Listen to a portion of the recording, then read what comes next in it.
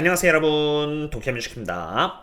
어제 빅 뷰티풀 빌 때문인지는 모르겠지만 S&P 500과 나스닥은 모두 1%가까이 상승했음에도 불구하고 테슬라는 마이너스 0.1% 하락하면서 횡보하는 등 비교적 매우 조용한 하루를 보냈습니다. 25년 2분기 출고량은 컨센으로부터 1% 미스하는 등 부합에 가까운 결과를 보여주었고요. 일론 머스크와 트럼프 대통령의 말다툼 쟁점이라고 할 수 있는 빅 뷰티풀 빌이 통과되었기에 이제 7월 23일 실적을 앞두고 있는데요.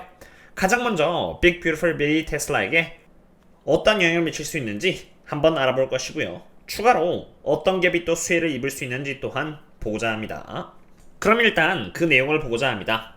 여기 원 빅 뷰티풀 빌이 이제 통과가 되었기 때문에 중요한 것은 어떤 갭이 수혜를 입을 수 있고 또 어떤 갭이 반대로 상대적으로 피해를 볼 수 있는지를 이제 투자자 관점에서 바라만 봐야 합니다. 사실 일론 머스크와 트럼프 대통령이 최근 계속 싸움을 했던 이유 중 하나가 바로 이것 때문인데요. 이 내용 안에는 전기자동차나 친환경 사업을 대상으로 지급되었던 보조금들에 대한 철폐가 담겨있기 때문입니다. 그럼 구체적으로 내용을 보겠는데요. 이번 원 빅 뷰티풀 빌에서 피해를 받을 산업 혹은 기업 중 하나는 바로 테슬라 그리고 그 외 전기자동차 기업들입니다. 바이든 정부 때 인플레이션 리덕션 액트의 일환으로 수혜를 받았던 산업들의 혜택이 사라진다고 보면 되는데 전기차를 살 때 약 7,500달러 정도의 텍스 크레딧을 받아왔는데 이게 사라지는 것이고요. 바이든 정부에서 신재생에너지 또한 매우 강력하게 밀어줬었는데 태양광이나 풍력 발전 등 친환경 관련 에너지 사업을 상으로 지급되어 왔던 이러한 보조금들이 사라지면서 이제 앞으로 상대적으로 더 많은 세금에 노출되게 됩니다. 바이든 정부 때 혜택을 받았던 친환경 기업들이 이번 원 빅 뷰티풀 빌에서 수혜를 받지 못한다면 반대로 전통 기업들이 이번엔 좀 수혜를 받게 되었는데 특히나 석탄이나 원유 그리고 천연가스 관련 기업들이 사업을 잘할 수 있도록 좀 더 밀어주겠다의 내용이 들어가 있는 상태이고요. 그리고 텔레커뮤니케이션이나 방산 혹은 우주 쪽으로 밀어주겠다의 내용들이 있는데 텔레커뮤니케이션에서는 스페이스X의 스타링크가 보이고 방산 쪽에서는 약 150빌리언 달러의 예산이 마련된 상태라는 것을 볼 수 있습니다. 이번 선거의 1등 공신이라고 할 수 있는 일론 머스크 입장에서 불만을 가질 만도 한 것 같습니다. 가장 처음에 일론 머스크가 보조금 철폐에 있어서 찬성을 했던 이유는 미국의 부채가 늘어난 것에 대한 걱정 때문이었고 또 부채를 줄이는데 조금이라도 도움을 주기 위해서 도지에서 일을 했던 것인데 원 빅 뷰티풀 빌은 결론적으로 약 3.4 트릴리언 달러의 돈이 추가적으로 풀렸다라는 내용이고 그 내용 속에는 전기차와 친환경은 빠지며 오히려 반대되는 전통기업들에게 돈이 풀려서 부채 문제를 해결하기는커녕 오히려 부채가 계속 높아지는 방향 쪽으로 가게 되었기 때문입니다. 지금까지 원 빅 뷰티풀 빌이 어떤 내용을 담고 있는지를 봤으니 그럼 구체적으로 어떤 영향을 테슬라가 받을 수 있는지를 한번 보려고 합니다.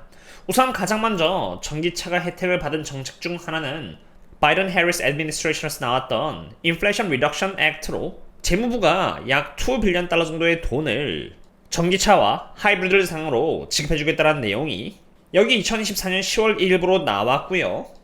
2024년 11월을 시작으로 테슬라의 주가는 제너럴 모터스나 포드 그리고 스텔란티스의 주식을 매우 크게 아웃퍼폼 했다는 것을 볼 수 있습니다. 사실 테슬라가 이러한 퍼포먼스를 보여준 데에는 총 3가지 이유로 24년 3분기 때의 실적이 테슬라 측에서 마진율을 개선시키면서 상당히 잘 나왔고요. 그와 동시에 트럼프 대통령이 또 당선이 된 것이다가 추가로 여기 갬마스키즈까지 터지면서 480까지 올라간 것이기 때문에 보조금 때문이라고 말하기에는 조금 무리가 있습니다만 어쨌든 7,500달러가 사라진다는 부분은 조금 아쉬운 부분이긴 한 것입니다. 그리고 JP모건의 애널리스트 브랭크맨은 이번 원 빅 뷰티풀 빌에 의해서 테슬라가 재무적으로 얼마나 영향을 미칠 수 있을지 또한 예측하기에 참고해보고자 하는데 그에 의하면은 테슬라의 순이익 중 약 40%가 영향을 받을 수 있다고 합니다.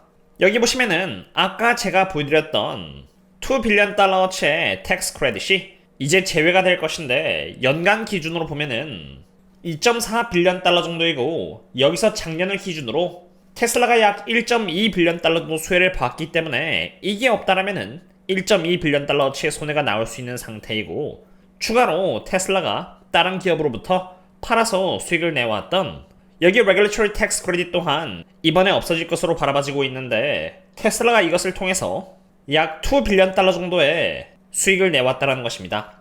미국에서는 2.7 빌리언 달러 정도의 Regulatory Tax Credit이 발생을 했는데 4분의 3 정도의 비중을 테슬라가 팔았기 때문에 2빌리언 달러가 된다는 것이죠. 이렇게 해서 테슬라가 수혜를 입었던 1.2 빌리언 달러와 여기 2빌리언 달러를 합치면은 총합 3.2 빌리언 달러인데 테슬라의 EBITDA가 올해 8.3 빌리언 달러 정도로 예측되고 있고 피해액이 3.2 빌리언 달러까지 달할 수 있기 때문에 약 40% 정도의 영향을 받을 수 있다고 분석이 된 것입니다. 제가 나중에 멤버십 등상으로 Regulatory Credit에 대한 자세한 데이터를 갖고 조금 더 분석을 할 계획인데 일단 여기까지만 바라봤을 때 상황은 그렇게 녹록치 않아 보입니다. 바이든 정부에서 줘왔던 1.2 빌리언 달러 정도의 EV 크레딧 정도는 계속 보조금에 의존할 수 없으니 그렇다 치더라도 테슬라는 전통 자동차 기업을 상으로 Regulatory Credit을 팔아서 좋은 수익을 내왔으니 이게 사라짐에 따라서 피해는 어쩔 수 없음으로 보여지기 때문입니다. 지금 이 상태에서 테슬라에게 필요한 것은 저가형 모델을 팔아서 EV 크레딧 상환하는 혜택을 소비자에게 주어서 시장 점유율을 늘리고 그와 동시에 빨리 로보택시와 옵티머스 로봇을 통해서 정책 변화로 인해서 얻을 수 있는 피해를 상쇄하는 것이 중요하다고 봅니다. 그리고 참고로 테슬라만 이러한 정책에 당연히 노출되는 것은 또 아닙니다.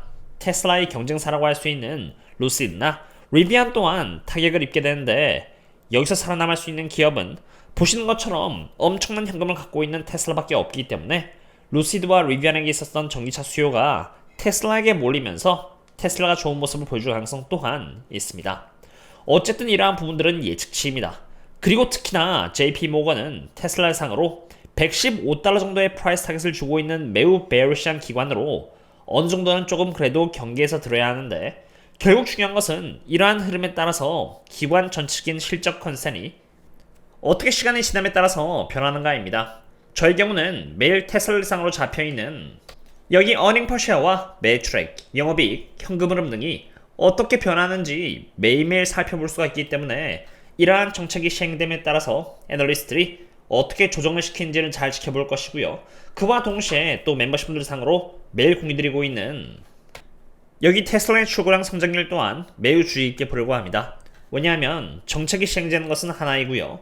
이 정책에 의해서 테슬라가 어떠한 영향을 실제로 보여주는 것은 또 다른 문제이기 때문에 테슬라의 펀더멘탈이 잘 버텨내는지 한번 보려고 합니다. 그리고 이제 마지막으로 중요한 것은 이러한 정책을 보고 실제로 세력들은 어떻게 포지션을 조정했는가입니다.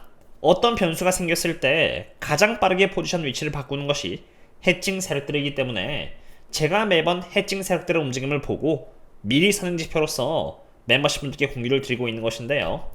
이번 정책에 따라서 세력들이 어떠한 반응을 보였는지가 궁금하시다면은 제가 여기 오늘 점심때 올려드린 분석을 보시면 좋을 것 같고요.